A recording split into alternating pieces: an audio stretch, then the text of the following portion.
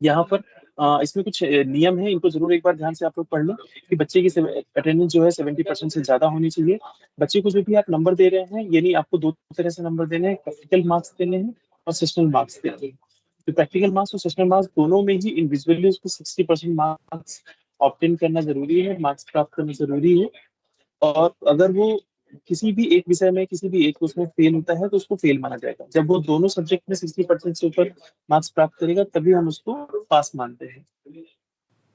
इसमें ये भी व्यवस्था की गई है कि एक पहला असेसमेंट के बाद अगर किसी वजह से बच्चा उस एग्जाम में या उस असेसमेंट में पास नहीं हो पाता है, तो आप उसके लिए कुछ सप्लीमेंट्री एग्जाम असेसमेंट भी करवा सकते हैं। इसके लिए बस एक नियम है कि पहले असेसमेंट के जो भी लास्ट असेसमेंट है, उसके बाद आप उसको एक हफ्ते बाद ही उसका दोबारा असेसमेंट कर सकते हैं। असेसमेंट करने के लिए जरूरी है कि आप लोग एक प्रॉपर फॉर्मेट में उसकी जो भी ऑफलाइन असेसमेंट आपने किया है उसका वो रहे।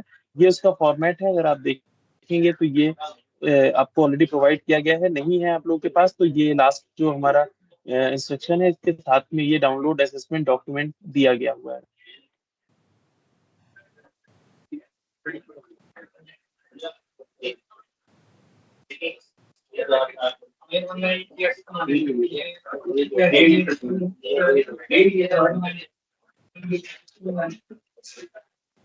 यहाँ पे मैंने इसको मार्क्स दिए, दोनों सब्जेक्ट के दोनों ही प्रैक्टिकल और सेशनल के अलग मार्क्स दिए। टोटल मार्क्स कितने मिले उसका परसेंटेज है।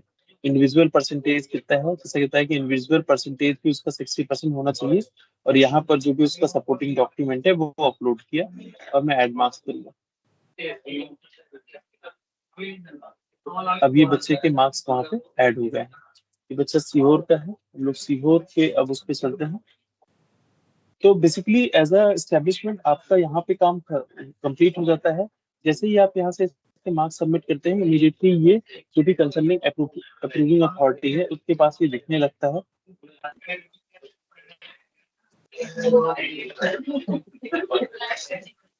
और इनके पास भी एक ऑप्शन रहता है असेसमेंट एंड सर्टिफिकेट का।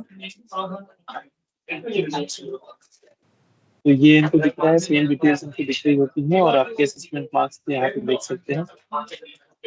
असेसमेंट मार्क्स जब वो करने जाते हैं तो उनके पास तीन ऑप्शन होते हैं, रिजेक्ट का, सेंड फॉर करेक्शन का और एक्सेप्ट एंड फॉरवर्ड का। रिजेक्ट का मतलब है अगर उनको लगता है कि किसी तरह से आपने इसका असेसमेंट जो किया है वो गलत किया है या जो बच्चा है वो एलिजिबल नहीं है, तो वो उसको आउटराइटली रिजेक्ट कर सकता है। रिजेक्ट करने के बाद अब उस बच्चे का असेसमेंट आपको दोबारा करना पड़ेगा, तभी वो आगे जा सकता है।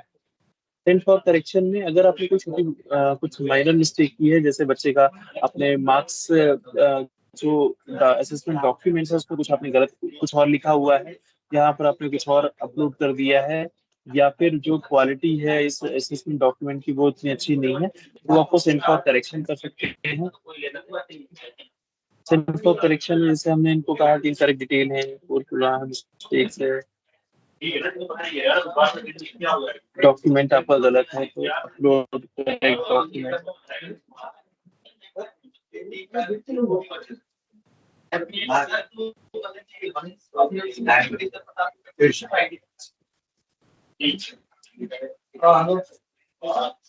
इनकी आपको सेंड फॉर करेक्शन था, ये आपकी करेक्शन के लिए आ गया। अब आपको ऊपर यहाँ पर है, आप दोबारा क्योंकि इसका डॉक्यूमेंट गलत था तो आप दोबारा उसको अपलोड कर दीजिए और यहाँ से अपडेट कर दीजिए।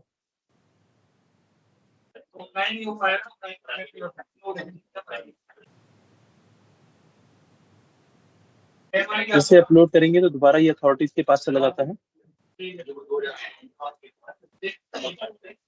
और अपडेटेड ये देख पाएंगे और यहाँ से इसको अपडेटेड देखने के बाद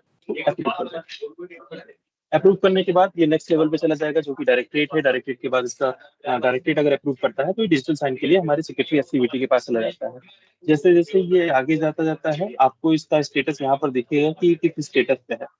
जब ये सर्टिफिकेट डिजिटली साइन हो जाएगा और जाएगा तो यहाँ पर ये जो नॉट जनरेटेड की जगह पे आपको डाउनलोड ऑप्शन मिल जाएगा और आप डाउनलोड करके बच्चों को दे सकते हैं। इसके लिए जरूरी है कि बच्चे का फीडबैक भी स्कीम के लिए सबमिट हो, एमएमएस का योजना के लिए सबमिट हो।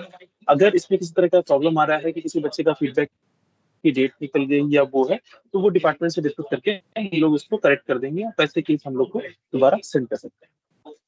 तो ये पूरा असेसमेंट